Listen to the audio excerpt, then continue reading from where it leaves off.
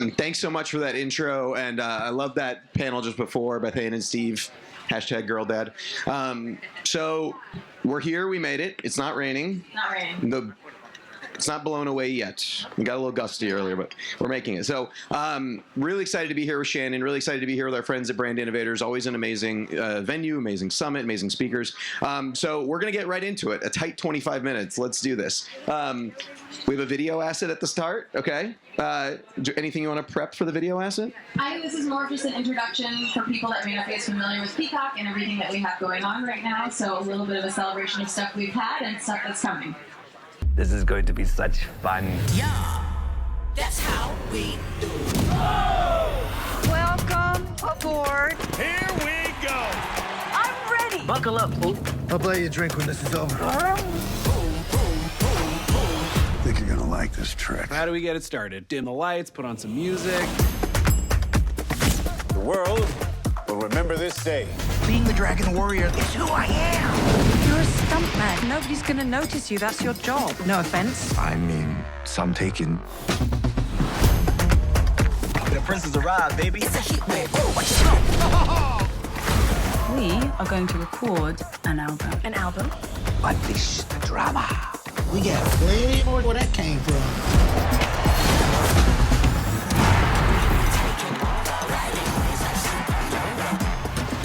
They're off. Oh my God, are you kidding me? Oh, astonishing. We be like the Matrix, hella magic, hella rated. This job brings people together. Roger that. Welcome to the party. This is Dateline. It's time we show it how we do it. Break some rules for change? I'm not usually the butt of the joke. I'm usually the face of the joke. Who's ready to party? It's prime time, baby. High five. We got thriving here. My life is complete. We be bustin', vibing, hella fresh with super styling. Oh, what a treat. What a treat.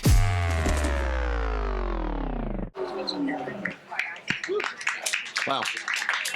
I mean, kind of perfectly sets up literally everything we were going to talk about. So we were talking a little bit about what we were watching ahead of time. I'll give you another beat to think about it, because I think what's also really interesting is the way that slate is built. So we had sort of set up a 3-act play for today's discussion, right? The role of Peacock within NBCU as part of the family, but also as a standalone brand that we're all really getting to know. Your role as a marketer, right? How you're building audiences in the streaming community. And then lastly, of course, we got to land on live. We had the Olympic torch come down the Quasset yesterday, all the incredible live events you have upcoming. So beautiful structure for us. Let's start. What are you watching? So right now I am rewatching Outlander because my husband's rereading the books and it's something we can do together. But I'm also focused on a lot of stuff that we haven't put out yet. So I'm watching early cuts of our show's Fight Night with Kevin Hart and Charles Hanson and Terrence Howard and Samuel L. Jackson, which is coming later this year, and Teacup, which is a horror show from James Wan, which for me, I'm not a horror person. It's amazing and creepy, but I watch it with the lights on. And so I'm like, I'll watch it while it's still watermarked and it feels like I can keep it at arm's length. And once it's done, I don't think I'll watch it. So, but you know the trick. You can watch horror, but then you have to immediately get to like a Seinfeld, 30 Rock, Parks and Rec after to lighten the mood before you go to sleep. That's exactly right. Palate cleanser. Celebrate the back catalog. Well, okay, so let's actually start there, because wanted to really talk about Peacock as part of the NBCU family and as a standalone. So let's sort of start there with like the context of how you think about it within the family of networks, within distribution. But then let's get to, it's also this standalone kind of incredible asset. So how do you think about that? Yeah, it's interesting because we are Peacock, which is a standalone brand. Obviously, it comes from the DNA of Comcast and NBCUniversal and all of the many, many years of entertainment that they have created. But we get to be that standalone brand, which is an opportunity for us to imbue meaning into that brand and to make it what we want it to be. But it's also a challenge because we have to drive awareness and affinity for that brand in a really crowded marketplace. So we're thinking a lot about that. And we make a lot of decisions. You know, we're our own standalone business with our own P&L.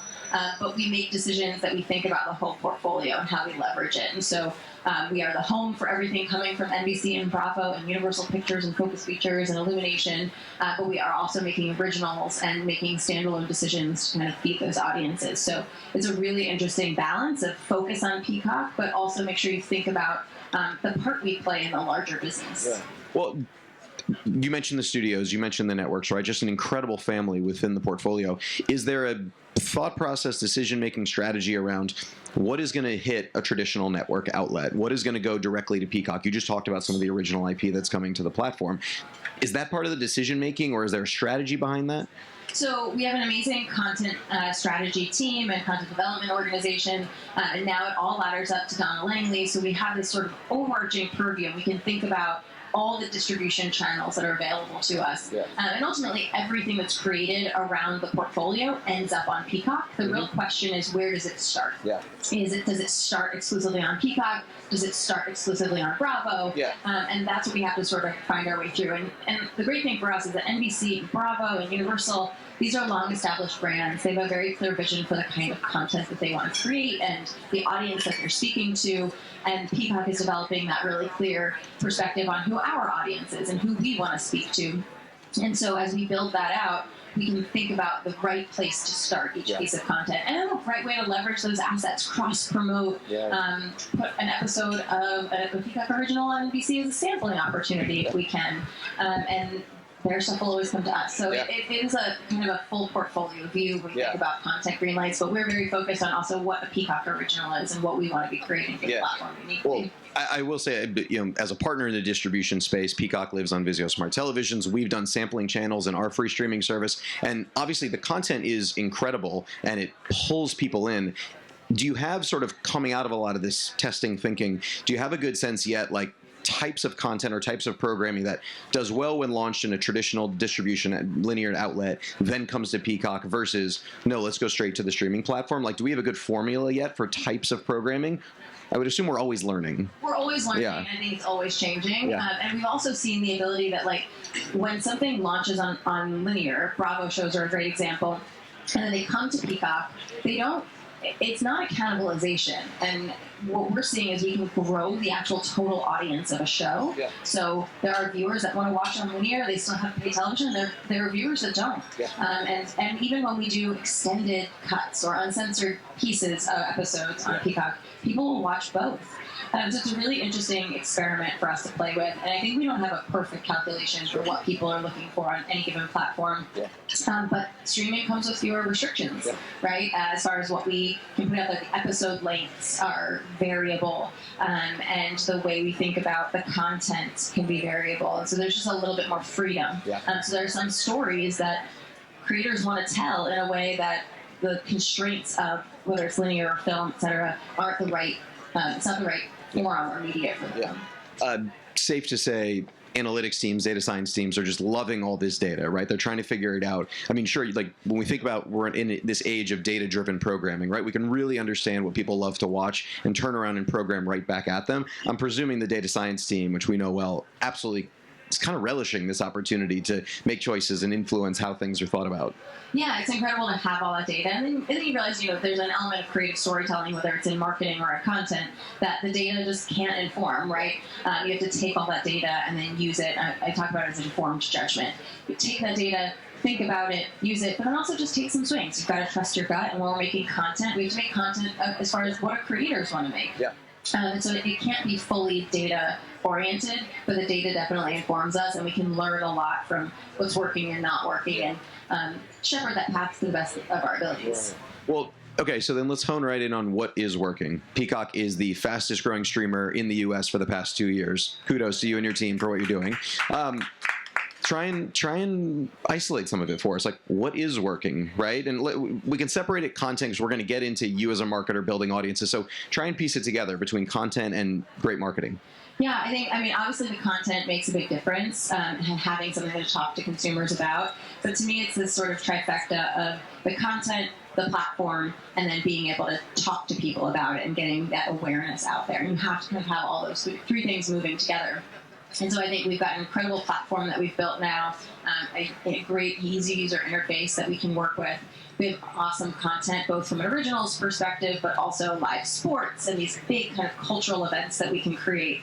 And then we've been able to promote those and really talk to audiences. And so when I think about, a great example of something that's worked for us recently was the wild card game with the NFL. And that was a really big swing, right? So first time the NFL has ever allowed a playoff game to be played exclusively on a streaming service. And so we had to have the tech platform right, because if it crashed, that was going to be bad for us. We had to have the marketing right. We needed people to understand that you couldn't watch this on broadcast. It's not a behavior that they're used to. We had to get them into the platform as quickly as possible. And then we also needed to think about how to retain those subscribers after the fact. When they came in, they come for the game. How do we get them to stick around so they don't just leave afterwards at the end of the season? And we had the most live streamed event in U.S. history that day. We were 30% of internet traffic. The platform did not break, which is amazing. Tons of people came. It was a massive acquisition moment. But then we played our show TED out of it. And so we brought people right into a piece of content we thought they would love. We also had The Traders. Both of those shows ended up on the Nielsen Top 10 list the week after. And the day after the game was our biggest video-on-demand viewing day that we had ever had in the platform's history, and that continued weeks following. And so it was an ability to sort of show we could bring in a big audience and then we could keep them there. And so my team was focused on not only getting the audience in, but how do we retain them once they get there? What are we putting in front of them? How do we onboard them? And how do we kind of message them to keep them around? I think that works, and it's performance media, it's awareness media, it's publicity, but it's really that like cultural touchstone moment that you get this big peak, and then you have to sustain it. Yeah. Well, I love that, because I think it actually isolates something we talked about in the prep call, and I think a lot of people in this space are thinking about this, the relationship of content versus the brand, right? And this sort of harkens back to like Peacock as an entity. I always think about like the Friday night dilemma, like where do you begin your search for something to watch? As a platform, we think about universal search. As a app owner, you have to think about how do I get somebody into Peacock Friday night and begin their search there. That it makes me think a lot about everything you just talked about. Football obviously is going to have this magnetic attraction, but all these other assets you have to bring people in, and you start building this relationship, content and the brand. And it feels like that's something you think a lot about. If you could correlate that to something you mentioned, title treadmill. You had mentioned this, like talk people through how that influenced in that process. Yeah, it's interesting. I've used the term title treadmill before to this world that we've been in of constant title and content promotion, and that can be very ephemeral, right? It's like you're sort of running, and the titles are coming past you all the time. And as a consumer and as a marketer, it's a lot, and you're just moving from one thing to the next. And so trying to now think about, well, how does this ladder up to us as a brand? And actually, how do you have more consistency in messaging? And what audiences are you talking to throughout the year? What stories are you crafting for them? So it's more than just the ephemeral moment of this title comes out, peak, and then valley again. And so that's been the thought as we build both content and brand, and they have to go together. That those things have to have some level of attribution. But we're really thinking about, how do you make sure that when you turn on your television and you see those apps across the bottom, that you click on the Peacock app and you know what it stands for and you know the kinds of things you're going to get. And then if you're excited to watch Fight Night or the NFL game, you'll search for it, you'll find us, and you'll come through that way. And both of those avenues need to be available to people. But really, when I think about brand, I think about brand as like a piggy bank. Right? Everything you do as a company, whether it's a great user experience or a great event or a good piece of content, it's putting money into the brand bank. It's kind of like investing. And then every time you mess something up, whether it's a glitch on the platform, or we didn't have the content you wanted, or we didn't do a great job marketing something, that's a debit out of the brand bank. And you want to stay net positive. And so really everything contributes to that brand, and marketing is there to sort of shepherd all of those pieces and to kind of give the company a sense of where do we stand on that balance sheet. Did everyone write that down? Right? Brand piggy bank. That's incredible. I absolutely love that. It's actually a perfect transition into let's talk about you as a marketer, right? So you think about all those assets. You sit in this really unique role because you are part of one side of the equation, which is create more streaming inventory so major studio networks and platforms can pull advertiser dollars into the streaming market. And you're also a CMO sitting in the new front upfront cycle thinking about where's my paid media and earned media going to go. So let's focus on you, sort of the paid media vendor. Both Peacock and VIZIO and many partners have disrupted that traditional marketing funnel. So no duh, audiences are fragmented. We'll get out our soundbite for the day. How are you thinking about where to go? Where, when you sit down, strategy and then investment, how does the beginning thought process come to you? Yeah, I think it's an increasingly fragmented market, as we all know. And so for me, it's really about understanding what audiences are we trying to reach and then where are they. And so we've been putting a lot of effort into audience segmentation and redoing a new audience segmentation over the last year or so, and thinking about it through two lenses. One is sort of what people watch, so how do you group together bits of content, and how do you group audiences based on the content they're viewing? But then also, how do you think about their personas? How do you group people based on their actual emotional connection to entertainment? More of the why they watch, the how they watch, their other behaviors. And so I start to think about it as, what do I talk to you about, and how do I talk to you about it? And then understanding where those people are. Yeah.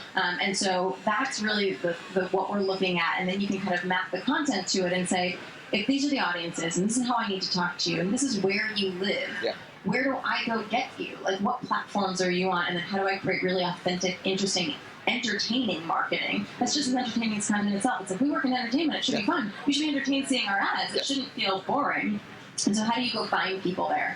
And so that's a little bit of that segmentation, I think, is really critical to us, so that we're not just thinking about it title by title.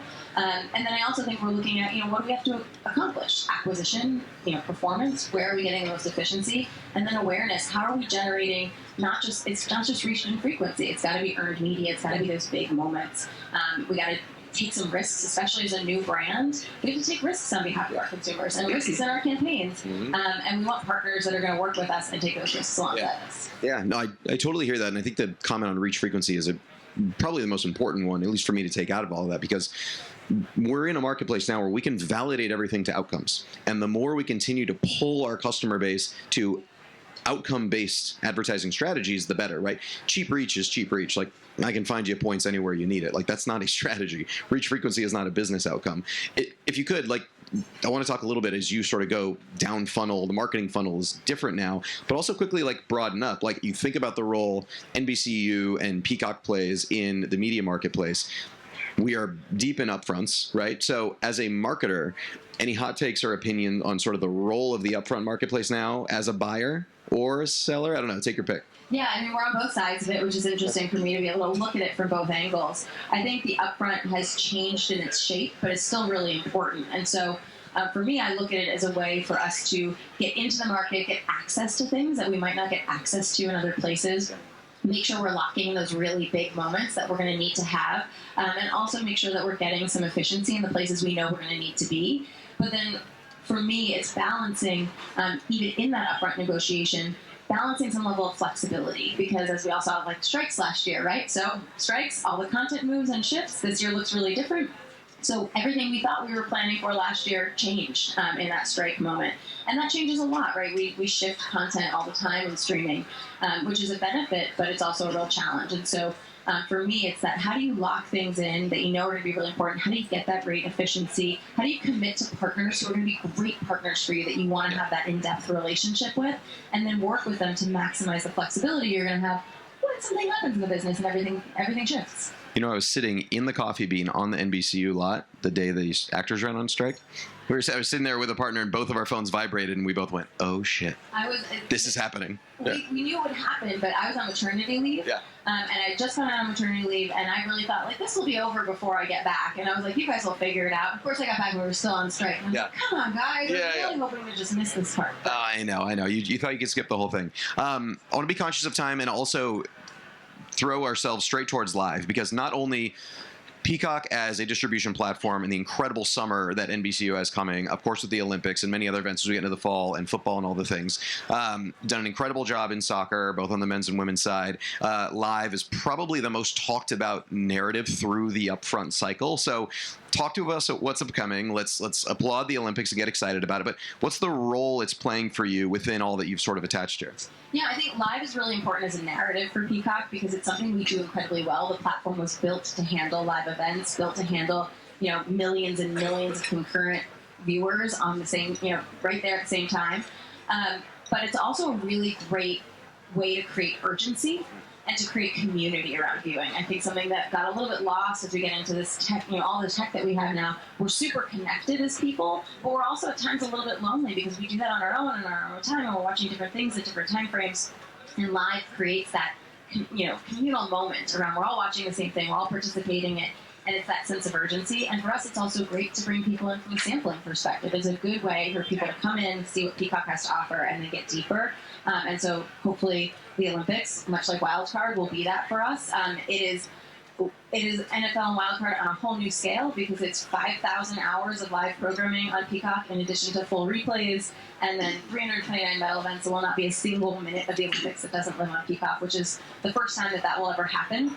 And we're building new product features to help you navigate it and figure out how you want to get places, customize your experience instead of just that lean back experience that you may have had in the past. But, you know, we acknowledge on Peacock side, we didn't do a great job with the earlier Olympics. Now we're less than 4 years old. So we really have built it out and focused on it. And I'm very excited for people to experience what that's going to feel like this summer. But it's going to be a big lift. I mean, UI experience, I think it harkens to everything you've talked about, right? Like, content is great, but the platform experience has to get you there. It has to be seamless and thoughtful. Quick, favorite Olympic sport that you're excited to watch? So I'm somewhere between, I love gymnastics. I love the gymnastics, but I really like swimming. Yeah. I really enjoy like the swimming races. I don't know. I've always watched that. And I feel like when I was a kid, my mom was a swimmer and a family of lifeguards. And so everybody watched the swimming events and got really heated about it. So probably that. Same in the Bergman household. Everyone in my family was a swimmer, and I sink like a rock. But my daughter's massively into gymnastics, so like she cannot wait to be watching like the floor routine at any hour of the day. Like, it's coming. I think the swimming is maybe the one thing I could still beat my husband at. Sure. And so I feel like that's why I gravitate towards it. Oh, I love that. So when you think about wrapping it, so it kicks off this great summer. Obviously, again, we get back into fall, we get back into football. I had mentioned you've done an incredible job with the English Premier League. You've done just signed a deal with the women's professional soccer in the U.S. There's sort of this expansion of how we think about live sport across community. What's next? Like, how do we think about where we go from here? I mean, I think for us, sports is just a critical piece of our portfolio, and we want to continue bringing those fans in and thinking about the Peacock brand in sports. So it's not just tune in for each of these individual events, but how do you build that community around individual leagues and individual teams and sports generally. I think in the women's sports space, there's so much that we're committing to. You know, the Big Ten is such a huge performer for us, especially on the women's side. And so thinking about those stories and building those fan bases. And then we're also looking towards 2026, which is going to be a massive year for NBC. In addition to being our 100th anniversary, we will have the Winter Olympics and the Super Bowl at the same time. We've got the World Cup Spanish language later that summer. So really, really big year. So we're thinking about, what does it look like between now and then as we continue to cultivate those fan bases, continue to build out what the Olympics looks like across platforms, and think about our product roadmap towards those experiences, and build out the features that are going to be what fans are looking for at that point. Absolutely love it. Thank you so much. This is awesome. So great of you to share your insights. I know I learned a lot. I hope everybody did. Thanks again to our partners at Brand Innovators, and have a great rest of the day. Thanks for having me.